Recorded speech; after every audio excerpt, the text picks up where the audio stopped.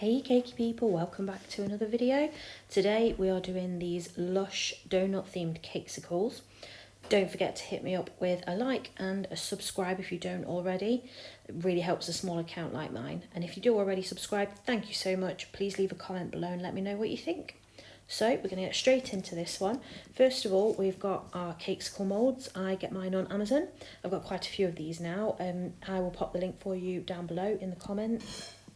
So what we're doing first is we're wiping out the mould with a paper towel just to make sure there's no residue left over from last time we used them, no cleaning residues, no dust and things like that. So we get a nice shine on our chocolate at the end as well. So for these ones I use Deco melts. Candy melts are a bit hard to come by at the minute, so I use Deco melts, the same kind of thing. They do melt down a little bit runnier than the PME or the Wilton ones that I usually use, but actually they came out really nice. So nice to work with, like I say, just a little bit runnier. So we filled our moulds to maybe a third full, and then using the ball tool there just to smooth around the edges and send that chocolate up the side so that we get a nice shell, and then using the bench scraper to scrape them off and make them neat. And then we are popping our sticks in. I use the short sticks, some people like the long sticks. I haven't actually tried it with the long sticks, I'm sure it would probably be just as good. And then I pop a knife across it. I know it looks really random, but this helps balance the sticks and keep them nice and straight and level, and so they're not pointing downwards, so it looks neat when they're done. And then I'm just using a spare stick to smooth over those sticks where they've gone in through the holes, just to give the sticks an extra boost of chocolate to help keep them steady when we put our cake mixture in. That's how I've always done it, and I do prefer and think that's a better way to do it. I'm just doing a couple more now for this set, so speeding through that little section for you. So we've popped those into the fridge for 5 minutes, and now we've took them back out. They're nice and set. Like I say, this chocolate does set quite quickly, so it will set up properly while you're working with it. And I'm just bolstering up the edges again with a little bit more chocolate on a brush, and then using the bench scraper just to scrape it off. I do keep my bench scraper warm, and that does help a lot. Now we're preparing our cake, so we're going to pop that into a food processor. On a high speed, I'm using some chocolate cake for this one, so we're going to pop it in on a high speed and whip it into very fine breadcrumbs. No lumps or anything like that left behind. You can do it by hand, it'll take you a bit longer, or you can do it in a mixer as well. That does work also, but I find this the quickest way to do it. So there we go, whizzing it up, and then we're going to pop it into a bowl and pop on some gloves to do the mixing with the buttercream. Now I don't need a lot of buttercream in mine because my recipe is very moist. If you watch my videos, you've seen me talk about that before, and it does depend on your own. So there we're just mixing it into a nice sort of Play-Doh consistency. Mine came out quite dark because my buttercream had black cocoa in it, but obviously yours might not. So now we're going to fill the moulds, and we want to fill them to about 1 to 2 millimeters lower than the edge of the case that we've made previously, because we want to get a nice smooth finish on the back, and it also helps create a really good seal between the two bits of the chocolate. Okay, if we do it too full, you get quite a rough back, but also you risk it not sealing properly together, and if they don't seal properly together, they won't come out of the mould properly, and then you end up with broken ones, and you've got to start over. And I've been there, and it's really, really frustrating, and it's upsetting. It makes you feel like you can't do it, when really you can do it. You just need that little bit of know-how and that little bit of knowledge. So I've made those mistakes so that you don't have to. So hopefully you can follow along, and obviously if you do enjoy the tutorial, please subscribe and put me a comment below. Let me know how you found it. Let me know if there's things you'd like to see on my channel, and I can try and do those for you. If there's things you struggle with, if they're my forte, I can certainly help.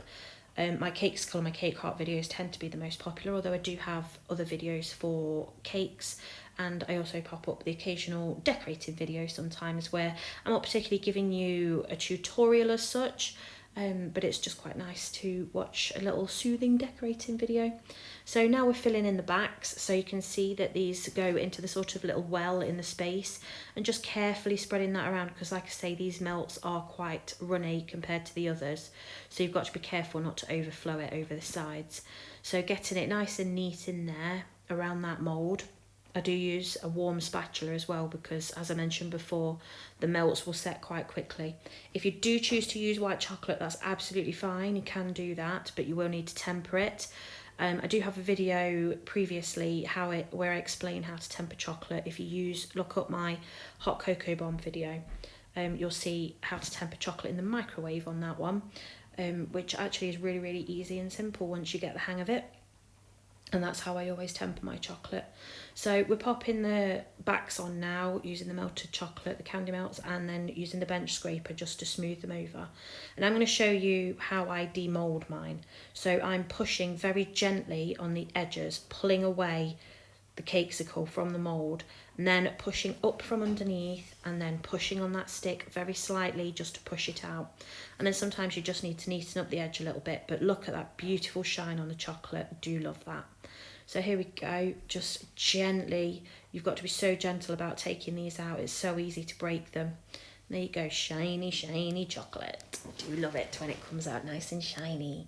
So here we go again, just showing you over again.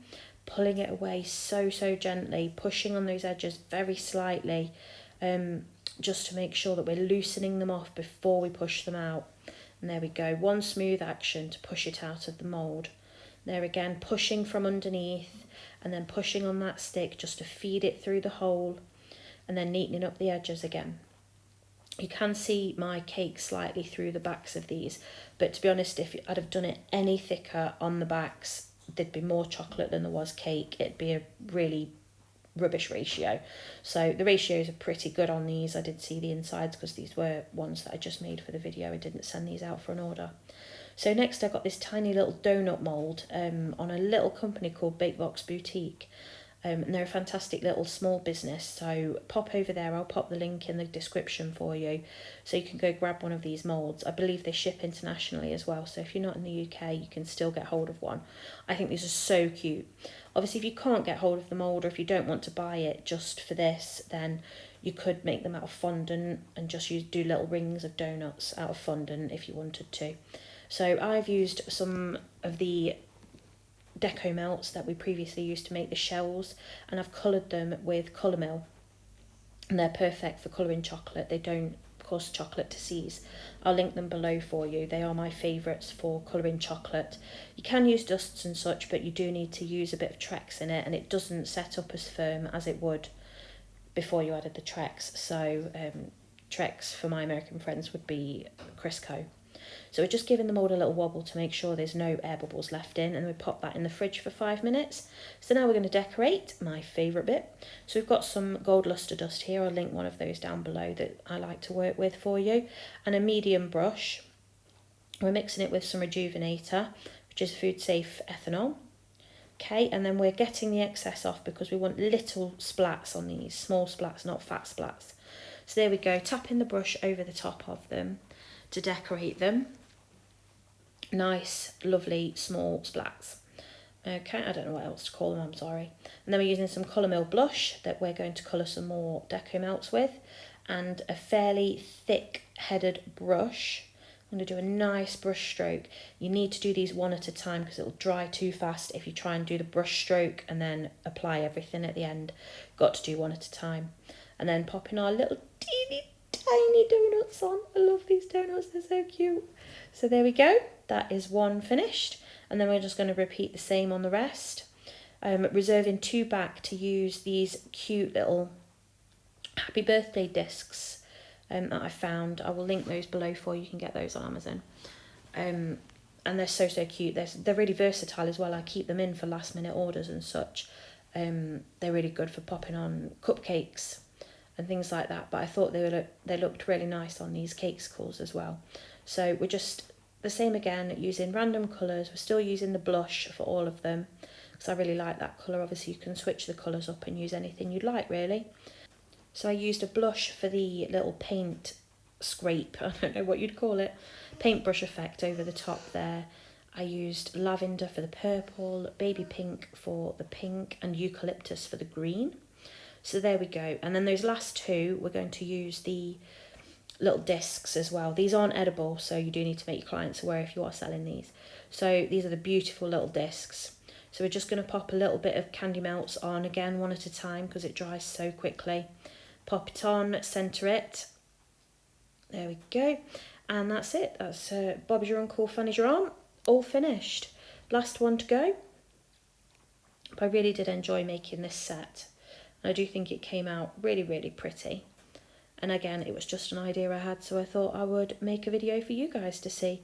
Drop in the comments if there's videos you would like to see, cake art videos, cake videos, cupcakes, anything like that. Let me know, and I'll see if I can get around to making those for you. It's always great to get some inspo from you guys. Sometimes it's lacking a little bit, and obviously lockdown is taking its toll on all of us. But yeah, thank you for watching. Please like and subscribe, follow my channel. I do upload at least twice a week. Thanks a lot, guys. Bye.